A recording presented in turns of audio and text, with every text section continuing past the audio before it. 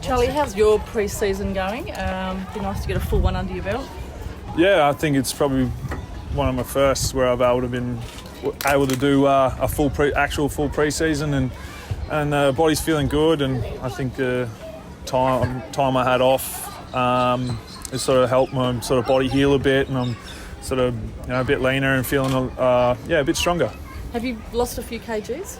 No, everyone thinks I've sort of lost a few kilos, but I'm actually either a little bit heavier, but just a little bit leaner, and I'm still able to cover the ground fairly well, so going all right. So the Arsenal media guide lists you at 105 last year. What are you? Probably about 108, 110, something like that. So I'm still probably a little bit heavier than where I want to be, but probably play at 110, but that's fully loaded. So with all the food and hydrolytes and everything else they give us to take. So Is that the same as you were last year? I think I was a bit lighter last year. Okay. Yeah, I sort of didn't, because I couldn't have. I didn't have the sort of work I needed to get into my body. I sort of wasn't able to have the strength there. So, probably a little bit heavier. Well, you look really streamlined. Is that your skin folds better? You said you were leaner. Is it you talking skin folds there? DEXA's skin's probably down a fair bit from where it was the previous years, and I just sort of tried to, over my break, normally I let myself blow out a fair bit, but this time I sort of just tried to keep it sort of around the 110 mark and just keep myself sort of fit, keep sort of training throughout my break, because I didn't really have much of a year last year, as you all know. So I just tried to keep myself active and keep the brain moving as well, and have a bit of a goal to where I wanted to be when I came back from pre-season. Where is that, Charlie? Where do you want to get to? I just wanted to be able to do a full pre-season and be fit, and be able to produce sort of game day, week in, week out, and not fall over the edge and sort of fall in a hole. And I wanted to be able to sort of do as much pre-season as I can. Didn't want to be managed too much, but just to try and do everything I could, and just so I can come into the season and be confident in my body and what I can produce. Do you feel like we haven't seen the best of you yet? Yeah, I think so. I mean, I suppose I am turning 30, but I sort of haven't felt the way I have like this way in a while. I mean, probably my 2017 season was probably my best to date, but I still think I've got stuff that I can improve on from that year. And I mean, it's been up and down sort of thing. That's the way football is, and you can never have nothing's always going to go your way every time. So you got to fight through your ups and downs, and sometimes it feels like there's a few more downs than there are ups, but I'm sort of pushing through that. What about your downs, Charlie? You were really open about your mental battles last year. Are you in a better headspace heading into the new year? Yes and no. I mean, there's always certain things that can sort of trigger you and sort of make you sort of fall back into a place where you're dwelling on old things and where you've been and sort of where you're coming from. But I'm definitely sort of in a better place because I'm training and I'm able to sort of keep my mind busy and just sort of try and relinquish some of the pressures that are on my mind, and I'm able to keep myself busy with some of the stuff I'm doing outside of football and not dwell on too much and just sort of live in the now, I suppose, and try to take every day day by day, I suppose. How much better do you feel this time compared to the same time last year? Well, there was a whole lot of unknown last year, so I can say I'm tenfold in front of where I was this time last year, especially with sort of my mental state, I suppose. But I'm feeling good. Brett Montgomery spoke before Christmas. He said a fit and firing Charlie Dixon gives the club that competitive beast that they're so desperate to see. What are your goals for this year?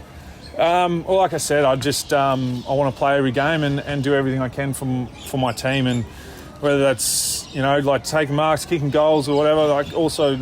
I've always got goals where I want to kick goals and take marks and anything like that. But at the end of the day, I've just got to do what my team wants from me, my coaches want from me, and that's create a contest and be a competitor that I know I am, and do everything I can to make us better. Do you feel you have to sort of set those standards in terms of being that enforcer, I suppose, in the forward 50?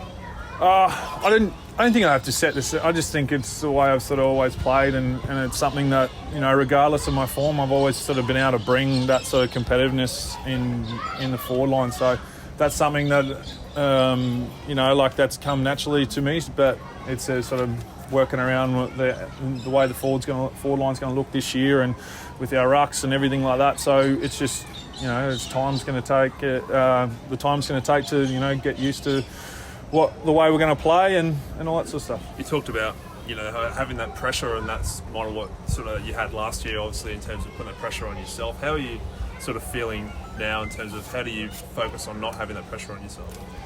Well, it's hard. I mean, like, also you've got, like, you know, end of contract sort of stuff like that as well, and you know, it's just trying to take it game by game and worrying about the now, and just basically getting through one contest at a time with football, and then day by day, sort of through the week, and making sure I prepare and recover and do everything I can to make sure I can produce on game day. Does the contract stuff play in your mind a little bit? Oh, definitely. I mean, I'm 29 and, you know, turned 30 this year, and, you know, we always had older players coming in the club and tell us, like, you know, before you blink, it'll be over, you know, like you'll be towards the end, and like you don't really take notice of that, and then here I am 29 and towards the end of my career, and you're like, oh, those old blokes were bloody right, you know, like, and you know, I think I can still play for another 3-4 years and my body holds up, and I want to do that. But it's the same thing is like, am I going to be, you know, am I going to have a spot in the team, and can I still produce on game day? Can I, you know, there's all these questions you ask yourself when you get a little bit older and you start to see these young blokes come through and knocking on the door, you know. So, you know, no one's ever safe. You can't get comfortable, and that's sort of something I like. I like the competitiveness of the young blokes we have on our side and coming forward and coming through the team, and they keep you on your toes. And I want to play for as long as I can, and as long as my body will let me. Sometimes it feels like it doesn't want to go anymore, but I reckon I've got a few more years left in me. You started talks at all? Yeah. No. And you said about improvements in your game.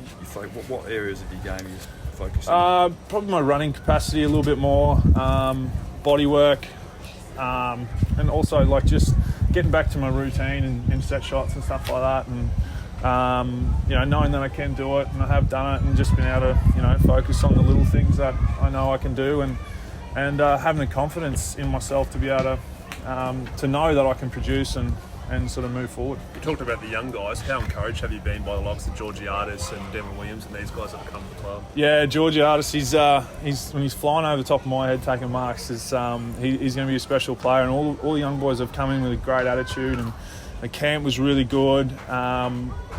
We've just got like another really good group of young lads coming through, and seeing Butters and Rosie and Dersma, they're growing even more, and I just think we've got a good group of young lads, and they've sort of, the way they sort of conduct themselves around the club is unreal, and I'm just very excited to see what they can produce this year. Charlie, a couple of years ago you sort of said, kick it to me, it's my forward line. It was all pretty exciting and everyone wanted to see you sort of take control. And do you think this year might be a case of sort of share the load a bit more, so it's not just all on your say shoulders? that, but it's just every key forward wants the ball. Yeah, every key. I mean, you got to want the ball, and I still say that. But most of the time, yeah, I mean, you got to do what's best for the team, and sometimes I probably demand it a little bit too much, and the lads look for me a little bit too much. But well, way we're sort of moving the ball now, it's sort of, I feel like it's going to be good, and whoever's there, like I think Rob likes to play a little bit deeper, a little bit behind me, and so we'll be fighting for that position a little bit sometimes. But I think he'll probably get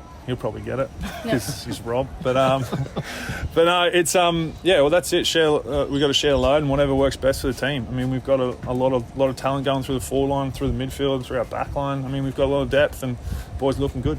Was it you that collided with Ollie the other day, was it? No, it wasn't. That was two balls, big pep. Yeah, it's just unfortunate. That's the way football is. I mean, people said they were carrying on about Ollie last year, just that he was living his life, and an accident happened, and he's doing what he's paid to do, and he did the other shoulder. So that's the way it goes. I mean, it's football and life, and nothing is promised. So I mean, it's unfortunate for Ollie, but there's not a bloke I know that's going to work any harder than him to get himself back, and it's just one of those things that like football's very unforgiving, and he's got a bit of a tough break in the last couple of years, but he'll do everything he can to get back, and I think I'm not too sure when he'll be back playing, but I think he'll be at the club tomorrow, so I'm looking forward to seeing him. Mate, is your leg 100% now? Yeah, I think so. It's going all right. And you're playing the intra club on Friday? Yeah, definitely. Just going to have to wrap this up, Sorry, I but just wanna ask one yeah, more. go one more. But I think Liam might want to ask a couple more. Do you know what to ask about being here? I just wanted to ask about China. Is it difficult not knowing where, when, or would you, if it doesn't go ahead, would you like to play at Alberton, at Adelaide Oval? I mean, we really enjoy that China trip. It breaks a year up fairly well, and at the moment we're still sort of planning on going. But it's kind of a big deal with what's going on all over the world at the moment. But we're going to do what's best for everyone in this sort of situation. But whatever happens, and we'll play wherever. Is there concerns though that people obviously are dying that any players don't want to go, or do you refuse to go? Oh, well, we've just got to wait to hear what they say. And, we don't really make they'll come and ask us and see what happens. But at the moment, we're planning on going. But the way it's going, you just don't know. It's, well and truly above my head. So I've got no idea.